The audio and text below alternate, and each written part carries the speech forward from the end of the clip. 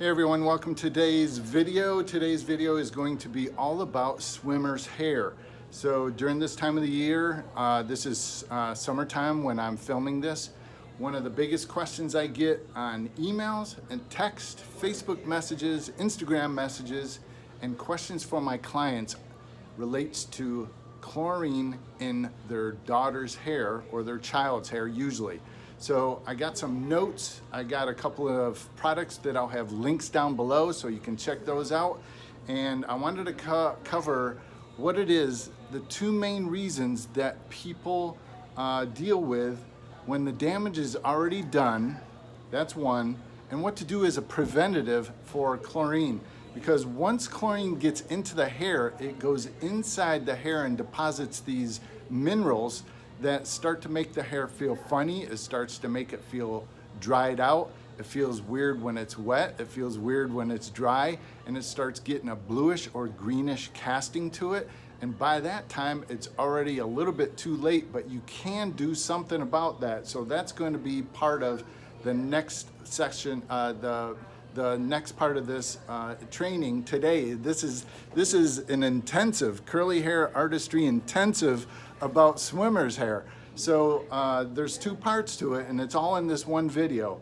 What to do when the damage is already done, and what to do as a preventative. So let's cover first preventative. So when this is not going to be possible for everybody. I don't think everybody has the patience to go through all this, but this is really what you should be doing.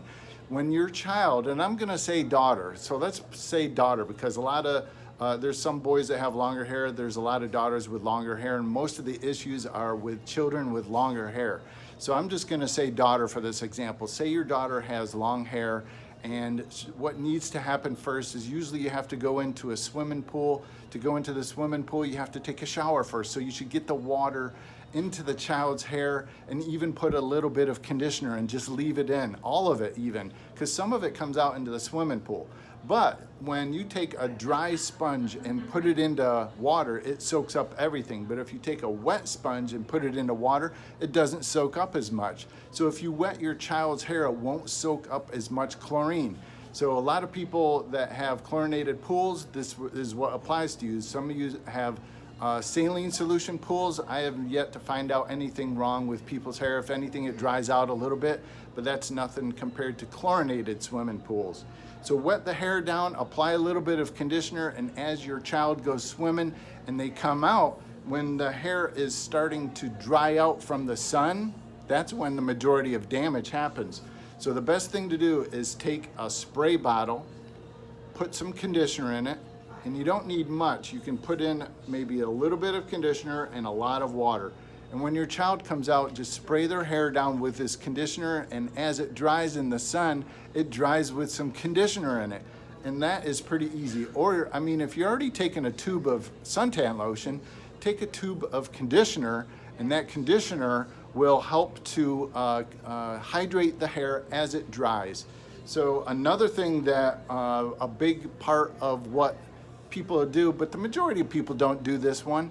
They don't put a swimming cap on their child's hair, but that is also one of the best things you can do is wet the child's hair down, apply a little bit of leave-in conditioner, and put the swimming cap on top of that. And most of the people that come into my studio, this is my studio here, they tell me their child's hair is they're swimming, and I couldn't even tell the difference because it's been protective.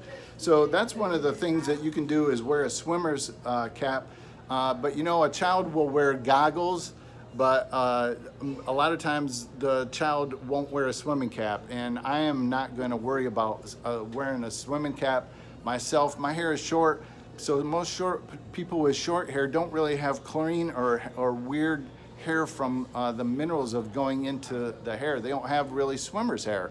So coming out and drying in the sun is where the damage happens. So if anything, before the child, if you're not gonna bring a bottle, if you're not gonna bring conditioner along with suntan lotion, then they should go into the shower and just get their hair wet and put some conditioner in.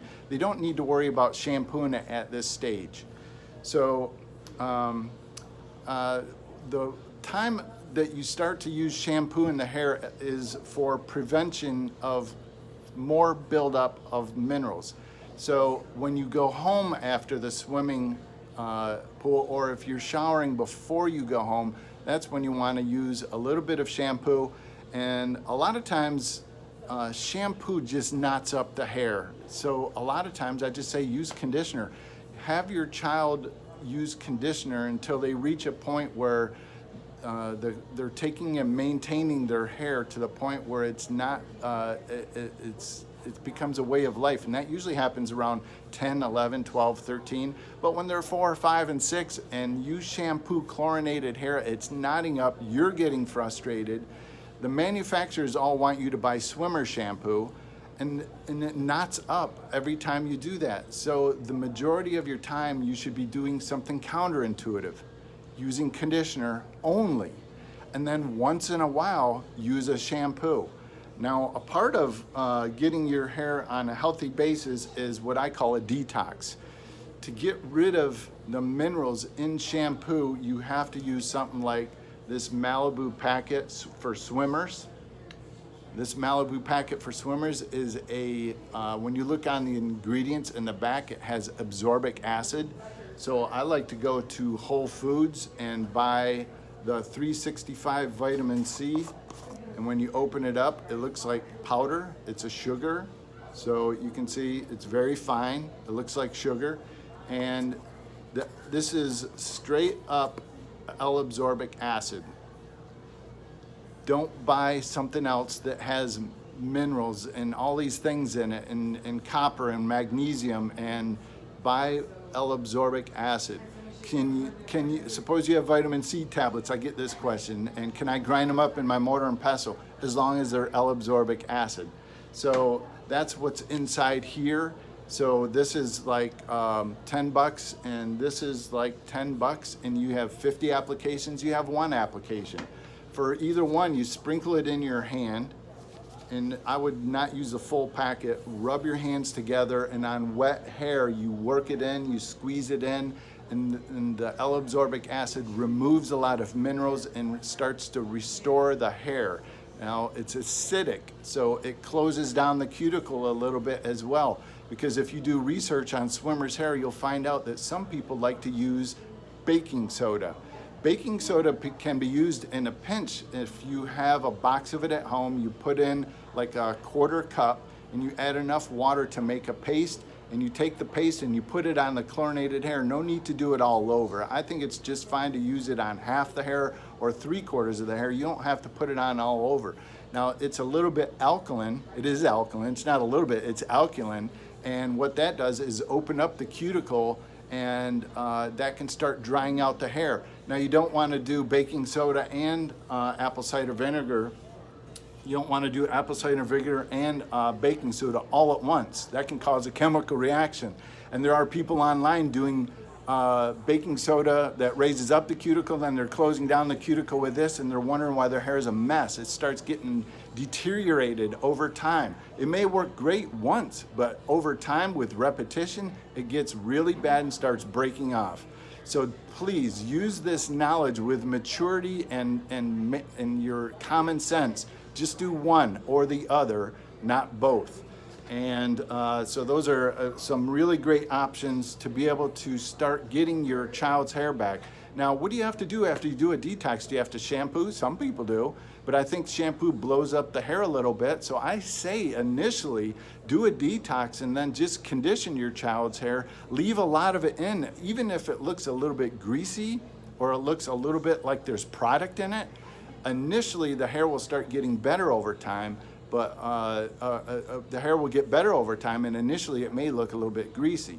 So take care with using conditioner. Leave more conditioner in the child's hair, like all the time. You know, a kid is going to be a kid. They're going to run their fingers through the hair. They're going to wear helmets. They're going to take naps on it. Let a kid be a kid. It's usually when they start getting older and learning how to manage this themselves that they can all of a sudden start taking care of their hair in a way that doesn't involve the mother. The mother a lot of times has another thing to do, taking care of the hair. They're starting to brush through it. They're starting to detangle it. The kid is starting to hate having their hair touched by mom, and then there's a little battle that starts going on. To get around that is detox the hair very gently, put some conditioner in it, run your fingers through the hair, even use a detangling comb very gently, and let the hair dry with some conditioner in it. You can squeeze it gently with a t-shirt or a fabric and gently squeeze it and let it air dry, and then the kid's hair will be super soft, and it usually doesn't tangle as much over time once the porosity of the hair starts to even out. Some of the tangles will be less or reduced greatly.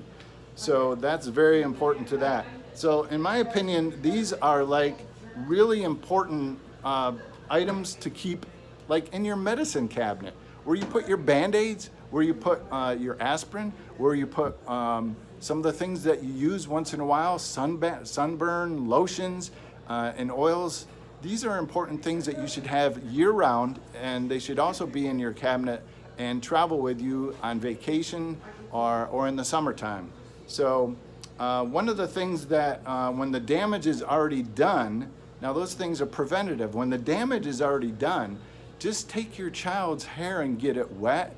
Try one of the detox methods, but if you don't have that, just put some conditioner in the hair, run your fingers gently through it, use a large tooth detangling comb as needed, work the conditioner in, rinse it out a little bit, put some conditioner in a spray bottle, spray it in, and let your child's hair air dry with conditioner in it. And that is better to get their hair in more hydrated shape. Once the hair is hydrated, the hair starts to even out, but you destroy the evening out process, you destroy the hydration process by putting shampoo in the hair. Shampoo and chlorinated hair makes a detangling mess. It starts getting matted up, it starts getting dreaded, it dreads up at night as the child sleeps. So to counter that, you have to do something counterintuitive. Instead of using shampoo, detox as needed once in a while, and buy some conditioner that you learn to leave in your child's hair. Now what's interesting, when you get these packets, the manufacturer wants you to use these all the time. They want you to buy more of them. They want you to buy a package of them. And I do believe they work. I believe in this. They're just expensive for a lot of people. So as you learn to use this, you'll learn to replace this with the vitamin C powder, and that really helps counter that with that. And these are more gentle on their hair. The acidic ones, the ones with the L-absorbic acids, are a little bit more gentle on the hair, and this is a way of cleansing your hair without using shampoo. And so over time, they tell you to use this on a weekly basis. In my opinion, that's much. Now, if you're in the swimming pool with your child 5 times a day for 7 days a week, you may want to use this once a week. But some people use them once every 2 weeks, so that's twice a month. Sometimes the hair starts getting a little chlorinated feeling, it starts getting a little tangly. That's a sign that you do something. Do this with it. That's a time. So one of the things that the best thing that you can do is detox and hydrate. That is your preventative care, along with what you do at the top of this video where I mentioned put the swimmer's cap on, get your child's hair wet, leave some conditioner in, use the spray bottle when they come out of the pool. So bringing a bottle of conditioner with you should be right along with suntan lotion, and those things combined together will keep your child's hair in better shape. So finally, the best thing that you can do is keep your child's hair trimmed up, because a lot of times a lot of people love to keep their child's hair long and it starts getting stringy on the ends, and when it's stringy, that means the hair is breaking off and it's starting to come to a point and it's really thinning out a little bit and it becomes tangly really easy. You want to cut that off before it happens. So you want to cut your child's hair before they really need it, and that's usually I think every 3 months is a good time to trim child's hair a good inch at least with that. So trim is needed. Many parents love their child's hair long, but it needs to be trimmed to prevent stringy ends from getting matted up and tangled. So along with trims, along with detoxing, along with hydration, you will have some really good tools to keep and manage your child's hair throughout the summer, a lot better than what it's doing right now. So if you have any questions, leave some questions down below. I'll be glad to answer them, as well as leave me some comments. Make sure you subscribe to this channel. We have updates, and we're going to do more intensives coming up soon with different topics, and this will help you to embrace your hair, embrace your family's hair over time, and come out with successful hair that you learn to love and embrace throughout time. You guys have a great day.